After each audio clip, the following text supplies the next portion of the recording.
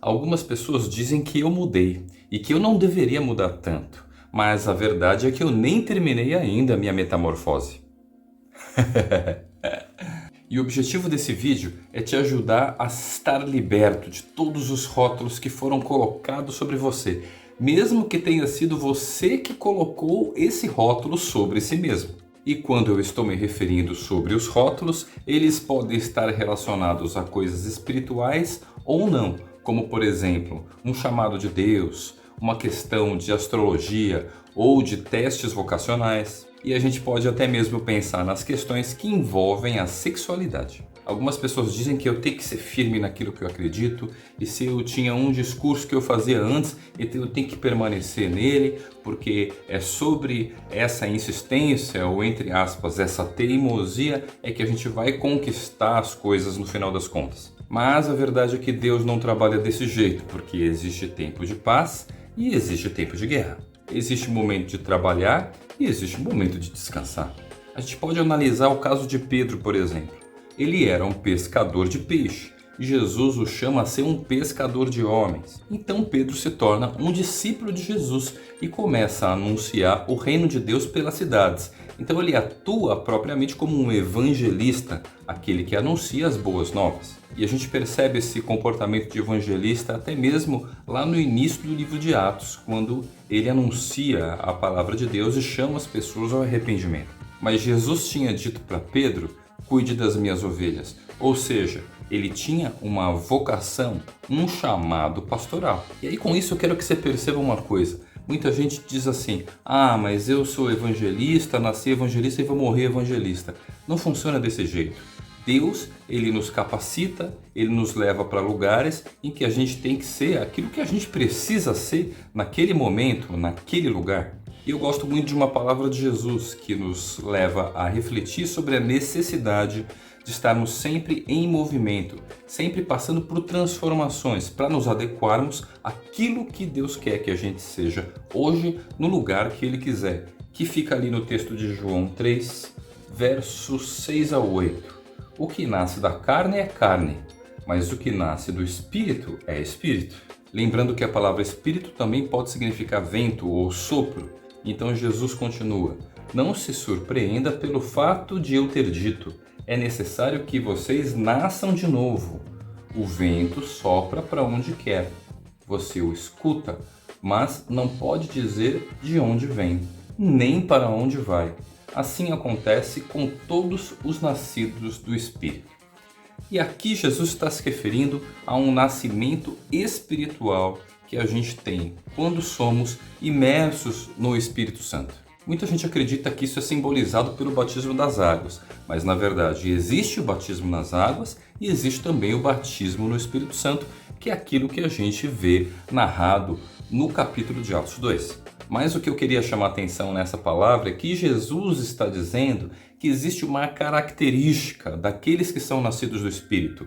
Esses não são aqueles que falam em línguas estranhas, eles não são o grupo que manifesta os dons dos movimentos pentecostais, nada disso. Jesus disse que um nascido do Espírito é aquele que se comporta como um vento, porque o vento sopra onde quer. A gente não sabe nem da onde ele vem e nem para onde ele vai. Então, um nascido do Espírito se comporta desse jeito. Ele não sabe muito bem a respeito da sua história e também não sabe muito bem a respeito dos seus objetivos ou metas da sua vida, porque ele não sabe para onde vai. E isso pode se parecer como sendo uma pessoa que vive de maneira errante, de maneira a ser levada por qualquer vento de doutrina. Mas Jesus está se referindo a sermos guiados por um vento que nos guia para os lugares certos. E isso estou me referindo ao vento do Espírito Santo. E olha que interessante, Jesus está querendo dizer que a identidade de um nascido de novo não é uma pessoa que ela tem total clareza a respeito de quem ela é e aquilo que ela deve fazer. A identidade de um nascido do Espírito é o vento, ou seja, é o Espírito. Não sabemos nem de onde viemos e nem para onde vamos. E eu entendo que é bem contraditório com aquilo que a grande maioria dos religiosos tem vivido e pregado por aí, porque eles gostam de falar de Gênesis e apontar a respeito de onde viemos, e gostam muito de explicar com todos os detalhes que o anticristo vai ser assim e a besta assim assado, e gostam de afirmar que Jesus vai vir no dia de tal e aí vai ser assim assado e os sinais apontam para isso, para aquilo, mas a verdade é que a gente não sabe para onde a gente vai. Isto é, se de fato nós somos nascidos do Espírito. Quer dizer, tudo se passa como se não importasse muito para onde a gente vai, uma vez que a gente tem a nossa esperança nas promessas de vida eterna, na garantia que o amor de Deus tem pela nossa vida e como a gente tem correspondido a esse amor. E quando eu me referi à palavra metamorfose, é claro que eu fiz uma referência ao cantor e compositor Raul Seixas, mas claramente o conceito de metamorfose ambulante não é uma coisa que eu preferi ser. Na verdade, é uma coisa que é característica de todo aquele que é nascido do Espírito. Então a gente não escolhe ser uma metamorfose ambulante. Deus nos faz assim, para aqueles que foram nascidos de novo.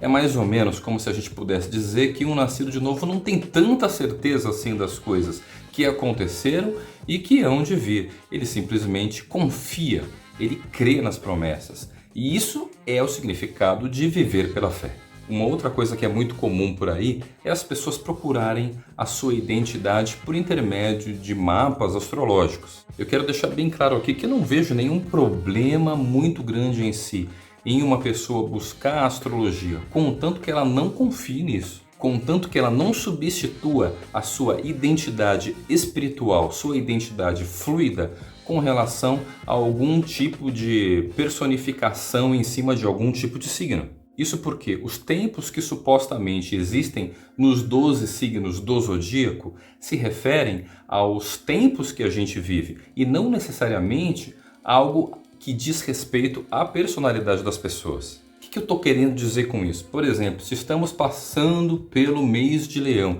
isso significa não que as pessoas que nasceram nesse mês vão adquirir traços de personalidades relacionados com aquele signo, até porque tem toda aquela confusão da ascendência ou coisas do tipo. A questão que eu estou querendo dizer é que no mês de Leão, todo mundo, de certa forma, tem um comportamento meio como leão. Então todos nós nos comportamos como se fôssemos um pouco de cada signo.